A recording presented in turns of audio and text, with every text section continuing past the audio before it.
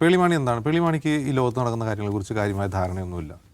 അങ്ങനെ ധാരണയില്ലാതിരിക്കൽ തന്നെ ഒരു ക്യൂട്ട്നെസ്സിൻ്റെ ഭാഗമാണ് എന്നും അത് സെല്ല് ചെയ്യുന്ന ആൾ കൂടിയാണ് പുള്ളിക്ക്.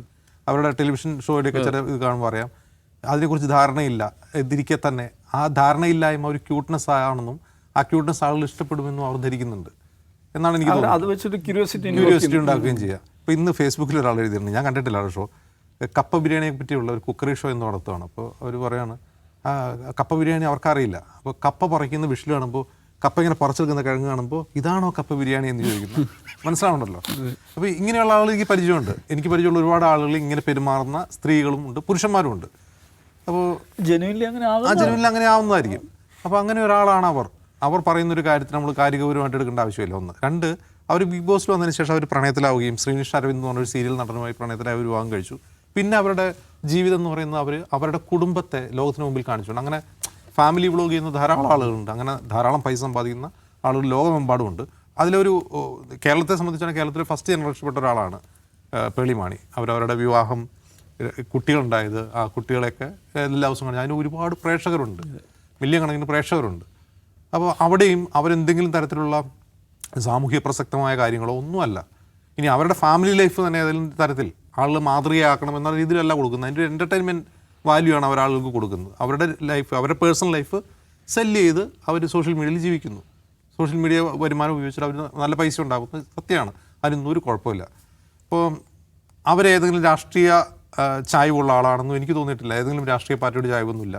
ഇപ്പോൾ ഈ സംഭവം വന്നതിന് ശേഷം അവരുടെ സോഷ്യൽ മീഡിയയിൽ അഭിപ്രായ പ്രകടനം, ജന്തർ മന്ദർ സമരത്തെക്കുറിച്ചുള്ള കുട്ടികൾ ജീവനിൽ പേടിയേണ്ടി വീട്ടിൽ പോക്കോ എന്ന് ഭീഷണിപ്പെടുത്തുന്ന, ക്യൂട്ടായിട്ട് ഭീഷണിപ്പെടുത്തുന്ന ആ പോസ്റ്റ് വന്നതിന് ശേഷം അവരൊരു വിശദീകരണ വീഡിയോ യൂട്യൂബിലിട്ടിരുന്നു. അയ്യോ, അത് വൻ അസഹനീയമാണ്.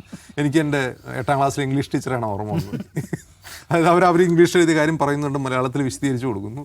അപ്പോൾ അതിലും ഒട്ടും ആത്മാർത്ഥതയില്ലാത്ത എന്തോ കാട്ടിക്കൂട്ടാൻ വേണ്ടി ചെയ്യുന്ന ഒരു ഇതായിട്ട് ആകെ എനിക്ക് ആത്മാർത്ഥമായിട്ട് തോന്നിയൊരു പരാമർശം, സിബി മലയിലിനെ പരാജയപ്പെട്ട സിനിമക്കാരനെന്ന് വിളിച്ചാൽ അവർ സോറി പറയുന്നുണ്ട്. അതെനിക്ക് ആത്മാർത്ഥമായിട്ട് തോന്നി. ബാക്കി അത് മുഴുവൻ ആത്മാർത്ഥതയില്ലാത്തൊരു കാട്ടിക്കൂട്ടലാണ്.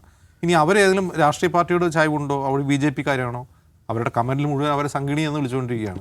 കാവ്യ എനിക്ക് ഇഷ്ടപ്പെട്ട നിറമാണെന്നൊക്കെ പറഞ്ഞാണ് കാരണം. അപ്പോൾ ഇന്നലെ വന്നൊരു പോസ്റ്റ്, കഴിഞ്ഞ ഒരു 4-5 ദിവസം വന്ന പോസ്റ്റ്, ഈ വിവാദം ഉണ്ടാവുന്ന ആ സമയത്ത് വന്നൊരു പോസ്റ്റ് എന്ന് ഞാൻ കണ്ടിരുന്നു. അതായത് മൻ കി ബാത്തിൻ്റെ 100ാം വാർഷികത്തോടനുബന്ധിച്ച് രാജ്ഭവനിൽ നടന്ന പരിപാടിയിൽ സംഖ്യയല്ലാത്ത ഒരേ ഒരാൾ പേളിമാണിയായിരുന്നു എന്ന് പറഞ്ഞിട്ടൊരു പോസ്റ്റ് ഉണ്ടായിരുന്നു. അപ്പോൾ അവർ സംഖ്യയാവാനും സാധ്യതയുണ്ട്. അതിൻ്റെ കാരണം എന്ന് വെച്ചാൽ ഇപ്പോൾ അവരുടെ ഭർത്താവ്, ഇപ്പോൾ ശ്രീനിഷ്, അവരുടെ രാഷ്ട്രീയം ചിലപ്പോൾ ഇവരെ സ്വാധീനിച്ചേക്കാം. കാരണം ഞാൻ പറഞ്ഞല്ലോ, അങ്ങനെ ഒരു ക്യാരക്ടറാണ് പേളിമാണി. ഇപ്പോൾ സ്വന്തം ഭർത്താവ് ഇപ്പോൾ സംഖ്യയാണ്, എന്നാൽ പിന്നെ ഞാനും സംഘപരിവാർ ലൈനിൽ പിടിച്ചേക്കാം എന്ന് വിചാരിച്ചേക്കാവുന്ന ഒരാൾ കൂടിയാണ് അവർ.